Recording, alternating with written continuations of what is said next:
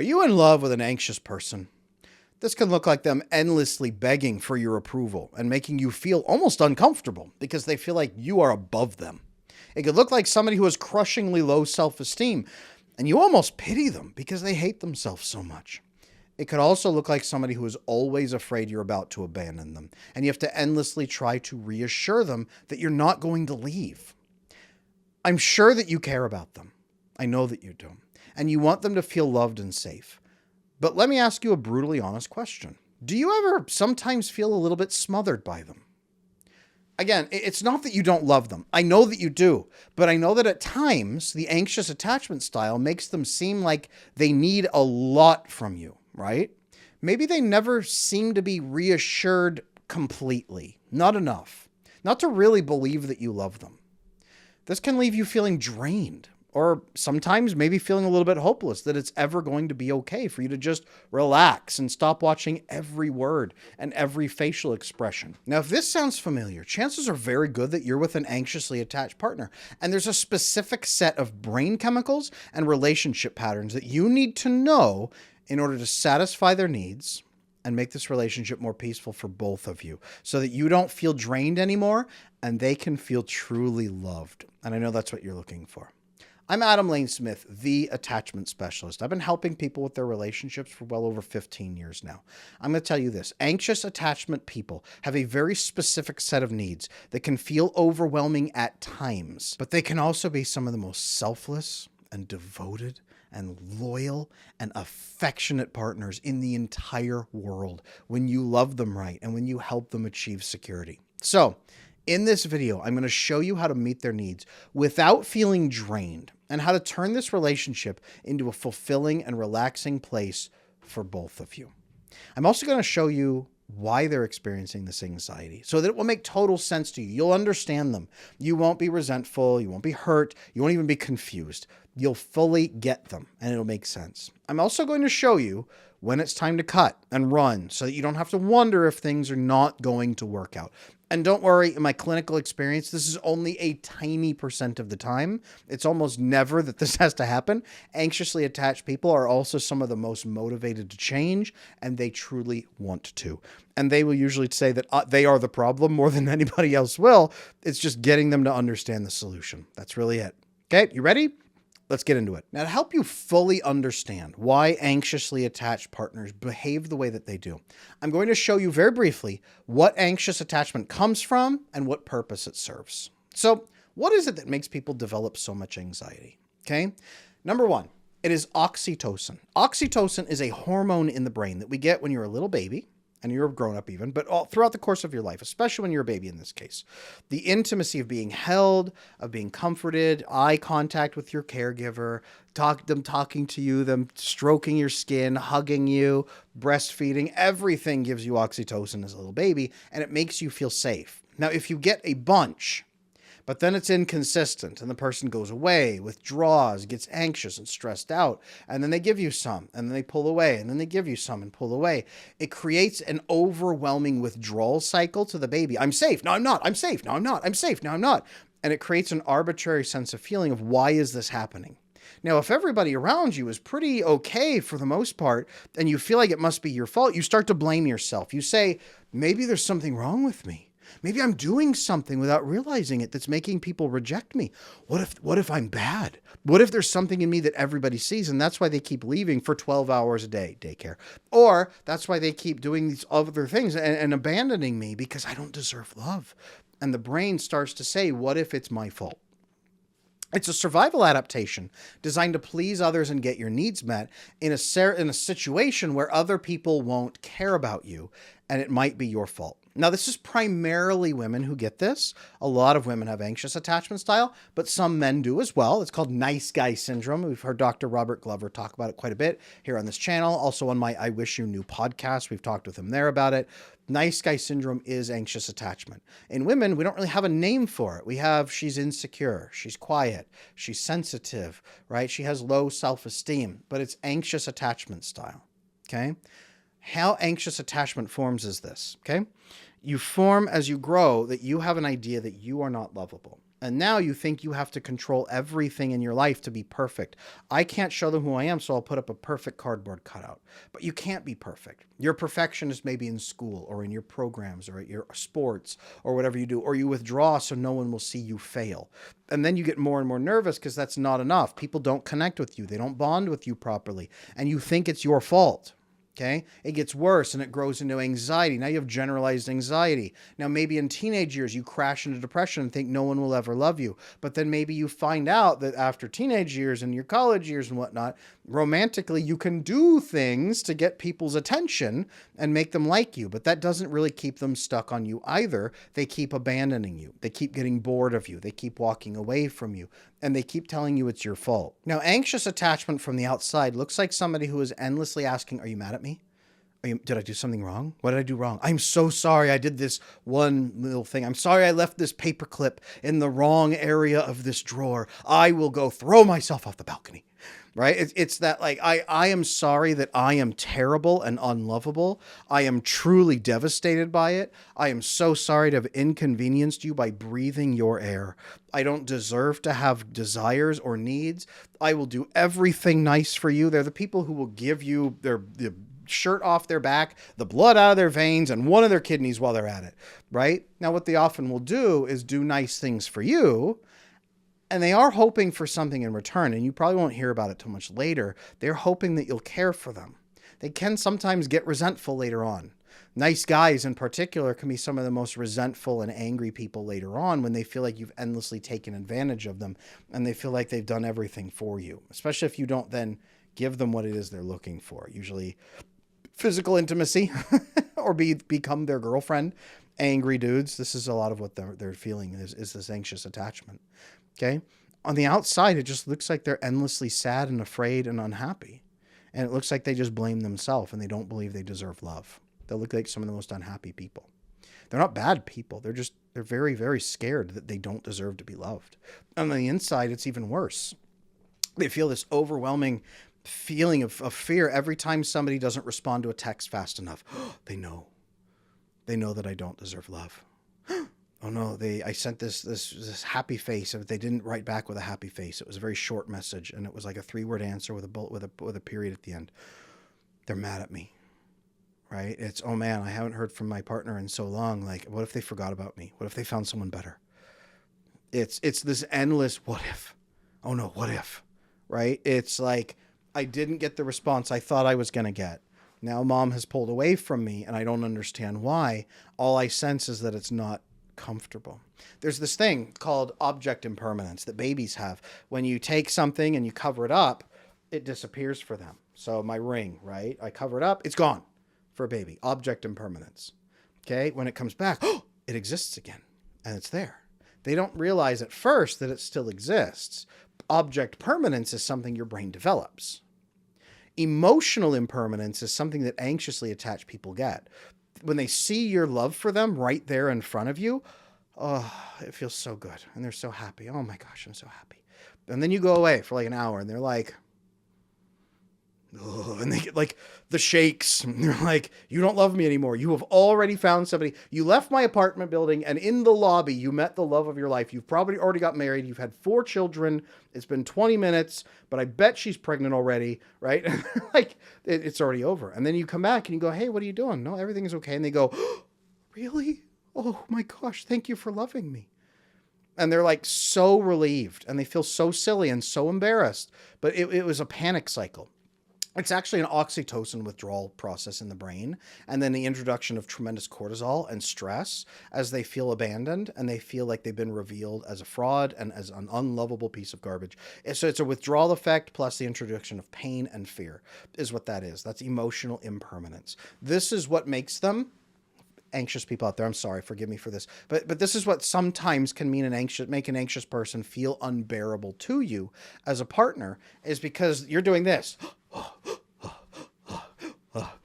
And you're showing them and they're going, and they're freaking out. And you have to constantly try to soothe them and say, no, I'm still here. I know it's been like 4 minutes since my last text, but I haven't left you yet. I haven't got married to anybody else yet. It's been 4 minutes. Okay. No, it's been 3 minutes now since that previous text, but I promise I haven't got anyone pregnant. Okay. No, wait. I know it's been 2 minutes since that last text, but and it feels like that at times, right? It especially feels this way for somebody who's avoidantly attached, who doesn't have your own usually needs met emotionally either. You may not even know what they are. And it can feel like you're trapped in this endless cycle of being forced to soothe. There's something called coercive soothing. It's something that people with personality disorders drive you to do. But somebody who has avoidant attachment style an anxious person feels like they have a personality disorder to an avoidant person. Okay, because the ratio is so different. The rating is so different.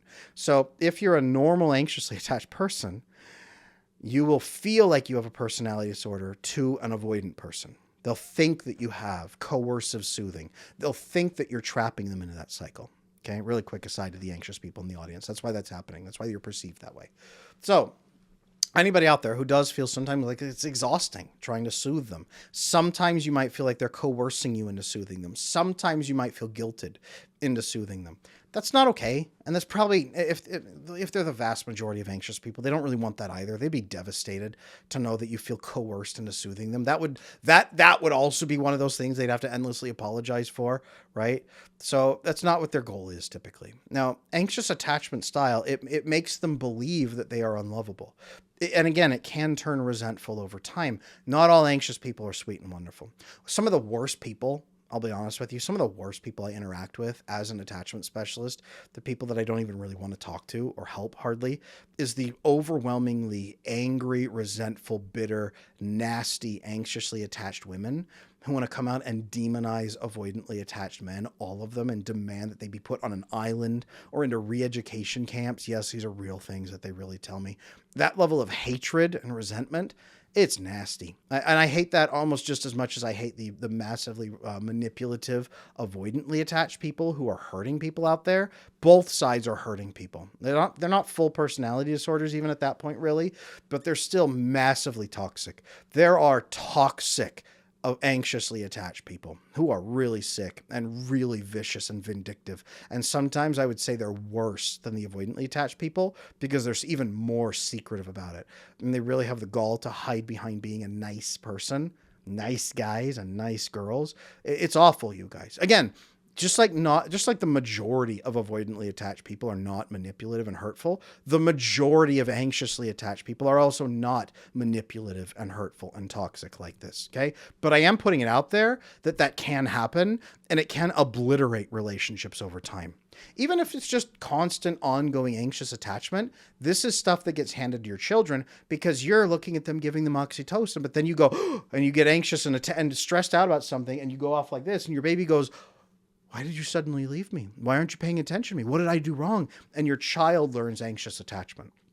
This is often why anxious moms will beget anxious daughters and sometimes anxious sons, because you don't give them that fullness of that connection and that bonding. A lot of anxiously attached moms and anxiously attached, moms actually, they'll have breastfeeding problems, and then they get stressed out and miserable. They can't do the breastfeeding. The child doesn't get as much oxytocin, and then she feels stressed out and guilted, and then she maybe has postpartum depression as a result, often because of that, and a crash, and then overwhelming guilt. I knew it. I was a scum of the earth. I'm even a bad mom. I can't even do a basic thing my body should be able to do. I've heard this a lot from anxious moms, and then they have to feed the baby formula. Baby grows up with less oxytocin, sometimes attachment issues stemming from a combination of that low oxytocin from that process, but also from endless disconnection with mom. That can bring on attachment issues. So anxious attachment is a big deal, you guys, a very, very big deal. And it's something that does need to get fixed. Now, I know all of this can sound pretty bad, okay? And some people do demonize anxious attached partners for this very reason. I have videos on this channel. I have a 5-part video series called, how of anxious women can be toxic for avoidant men. I get so many angry women writing to me, telling me that I am a monster for making those videos. And how dare I write something that is so brutally unkind about anxious people, even though the vast majority of my hundreds and hundreds and hundreds of videos on this channel are anxious people, are helping anxious people. The very first course I ever produced on attachment was all about fixing anxious attachment, even though the majority of my material is critical of people who are manipulatively avoidant, because those are some of the most hurtful people. They say that I'm an absolute monster for criticizing anybody with anxious attachment at any time. Okay. I know that those people are out there. Okay. I also know that other people are very critical of anxiously attached people. And that's why they're anxiously attached in the first place often, is because they felt criticized through their entire life. So I will say this. Again, anxiously attached people are so loving and so eager for connection. So much so. And they do require a lot of reassurance right up front. The good news is that anxious attachment can be fixed. For example, I offer the Attachment Circle Mentorship Program, where I personally help people retrain these behaviors over time in a protective and supportive community. So let me be clear. Anxious attachment style can be fixed. It does not foster a sustainable relationship long term, and it does need to be resolved for your relationship to thrive. Okay? In this video specifically, I'm going to focus on how you, as the partner of an anxiously attached person, can do that work and can help support them as they are doing their own work to become more secure. It's got to be both over time. Okay? So here's what your anxious partner needs from you. Number one, anxiously attached people, biochemically, they need oxytocin. Oxytocin is the hormone released when you feel accepted, when you feel cared for, when you have good physical contact, hugs, holding hands, right? Comfort in that area. But when the person's able to open up and receive that oxytocin, very important. They do need something called vasopressin. Vasopressin is a hormone released when you solve problems together. A big problem, though, is that anxiously attached people don't believe they can get vasopressin because they don't believe they can solve problems. They actually feel like people have to solve them for them, and they just have to be nice to the person who's going to help them. Again, it's that caregiver. I will make my caregiver happy, and then my caregiver will take care of me. That's the idea that a lot of anxiously attached people live with. You have to make it happen yourself, or you can make it happen together. They also need something called GABA, G-A-B-A. GABA is released when you help them release oxytocin. GABA then suppresses future cortisol and makes them more resilient against stress, so they start spiraling upward and feeling better and better and better over time. The more oxytocin you tend to give them, the better it goes. They also need serotonin from you, which really comes from deep conversations, good connections, good moments, and being open. Okay? Now, emotionally, what they need to be able to get these connection pieces from you is they need to feel accepted by you. This is a big thing. I know. We're going to break this down. They need to feel accepted by you, which means they need to be seen, they need to be exposed, and then accepted.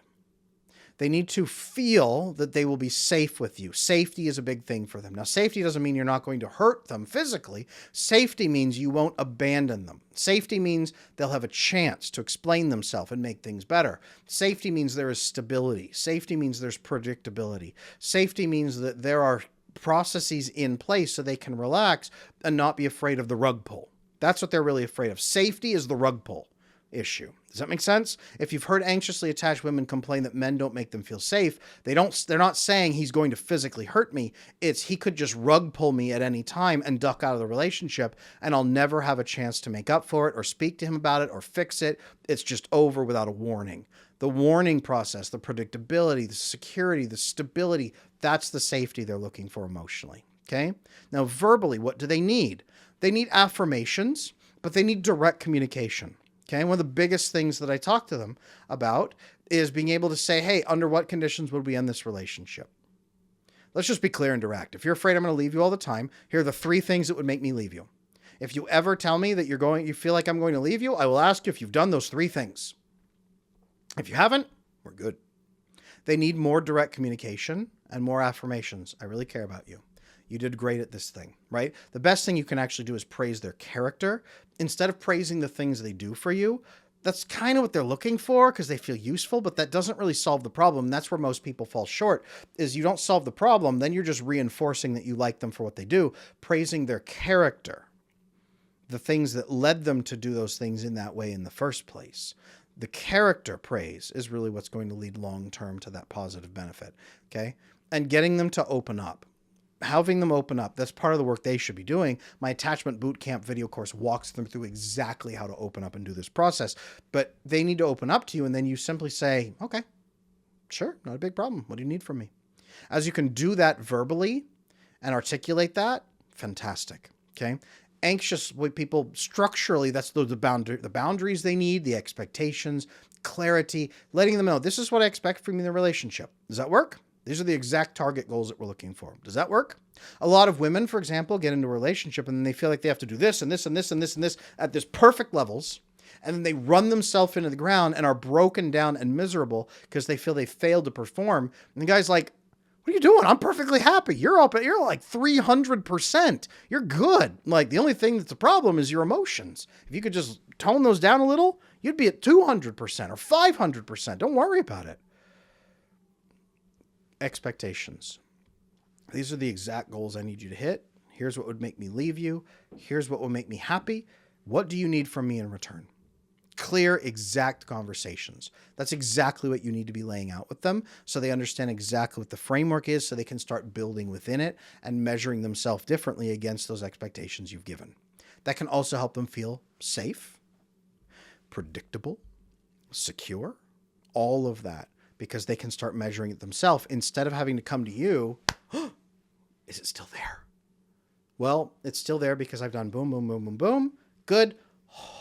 Okay, I don't have to worry about this. It's good, right? That can help as well. There's other ways also that you can tackle this as a partner. I'm going to give you a couple more practices right now that you can put into play to make things better immediately, okay? Number one, getting them to articulate their needs exactly and directly is incredibly important. So what do you need from me in this relationship? Oh, no, I don't need anything. Yes, you do. And if you're not going to share with me, it's going to be a really bad time because I won't know what to do. I'm going to feel guilty. Then you eventually won't get your needs met and you could become resentful. So I need you to actually tell me what you want in this relationship. That kind of clarity. Demand that kind of clarity. Don't settle for less. You don't have to be mean about it, but you need to get that from them. And they need to be doing their work so they can share that with you. Okay? Be very clear and direct about exactly what their expectations are because they're going to be too nice to set them until 3 years in when suddenly they're angry and they feel like you owe it to them. Some of them will do that. Not all, but many. Now, you're going to need space at times from these people. You simply will. And they'll treat that space almost as if you are stabbing them in the heart and telling them they are worthless scum, unfortunately, right? Asking for space and helping them feel that they're providing you love by giving you that space instead of them wrapping themselves in a shawl, sitting in a rocking chair by the window and whimpering until you come home. That's absolutely crucial, okay? So how you ask for space is to say, heads up, right up front, heads up. Space is important to me because it helps me decompress from being around other people. It is not about you. It's actually about me revitalizing and recharging my battery. Can you understand that? Yeah, they will. Okay. To me, I need space away from everybody to do that. So when I need that space, I will let you know. And when you give me that space, it really makes me feel like you're working with me. It actually makes me like you more when you give me that space. So I'm going to be asking you for that space periodically. You can ask me how much I need. You can ask me expectations.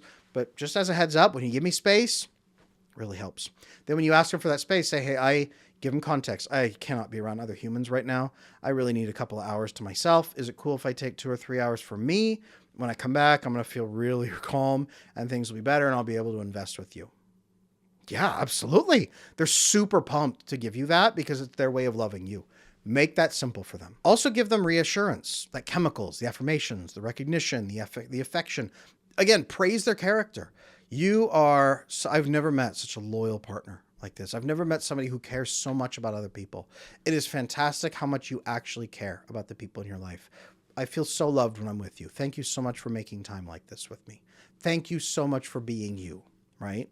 That level of praise, that level of recognition, absolutely important. Focus on the character as much as possible. Physical affection, really important. Again, non-sexual physical affection is incredibly important for building this, especially with female partners. Hugs, right? Holding hands. A pat, even a physical pat on the back, right? If your partner is into it, a pat on the head. Like some partners actually really like that. Like give them the physical affection that releases oxytocin.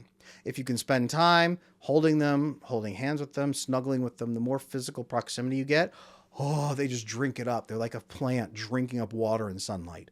Give that to them. Absolutely important. Care and feeding of an anxious partner. Do that. There's also encouraging them to become the best version of themselves, meaning to become more secure. Okay. Again, there's so many pieces that they need to be working on. I've got the Attachment Bootcamp video course. You can pick it up right after this. I'll put the link in the show notes. Pick up the Attachment Bootcamp video course. Go through it together as a couple. Talk about how to build your self-respect in that course. Talk about how to build friendships that are fulfilling. Talk about how to have the boundary conversations that need to be had. Talk about how to accept yourself as a person. Do that, go through the course together, help them do their work so that you're not doing it for them or carrying the team. You shouldn't have to feel like you're the one doing all the work. Now, there are going to be times when you feel like your anxious partner is never going to be satisfied. And you might at times worry that you're going to run out of energy before they get better. And to be honest, they have the same exact horrible fear. And it's a major driver of their fear of abandonment. Just to be honest. So you guys both need to own this. Remember, though, that it's not your job to enable them forever. Okay? They need to be doing their work to become secure and to stop draining you. It's their job as your partner to help you with that, even as it's your task to love them and give them the care and support they need as they're doing that work. So I'll be clear. If for any reason your anxious partner refuses to do that work towards security, or if they refuse to be more clear and honest with you, and if they start maybe instead acting entitled to your attention and your reassurance and coercively soothing, these are bad signs that they are probably not going to work out as a partner. So if these happen, you need to confront these behaviors directly, as they're all very destructive to that long-term bond you're trying to build. It's not your job to carry this partner forever. They need to walk on their own 2 feet as a full partner with you. But I will say this, if they're willing to do the work, fantastic. You can connect with the most affectionate and devoted and loyal partner that you will ever find in this world. I know this from helping thousands of couples overcome this issue. I know that this process can also feel long and exhausting sometimes for both of you, and that there are a lot of skills that you're both going to need to make this work. So you're welcome to schedule some couples coaching with me at any time if you need that. I have an extensive history working with couples both in therapy and in coaching, and I'm ready to show you how to streamline your relationship into the most fulfilling, relaxing, and enjoyable romance that you've ever had. Now, I've said this before, I'll say it one more time. Having a partner with anxious attachment style can feel exhausting, but they can also become the most loving companion you have ever met in the world. But the work that you have to put into this relationship must be matched by the work that they do on their side too. So as you work toward becoming more secure in the relationship, you can reinforce their growth with that support and love and prove to them that they deserve the love they've never believed in until now. And if you need support during this process, or if they need resources to become secure, make sure you check my website, adamlanesmith.com, or you drop down in the comments below, ask for some help, tell me what you need. I'm here to assist. I'll read those comments and I'll reply. I'm Adam Lane Smith, the attachment specialist. I'm here to help you with your relationships. And please make sure that you check out my next video, 7 signs that you might have anxious attachment style and not even know it. That in particular is a great video to watch with your anxious partner to start this conversation that leads to secure attachment together. I'll see you there.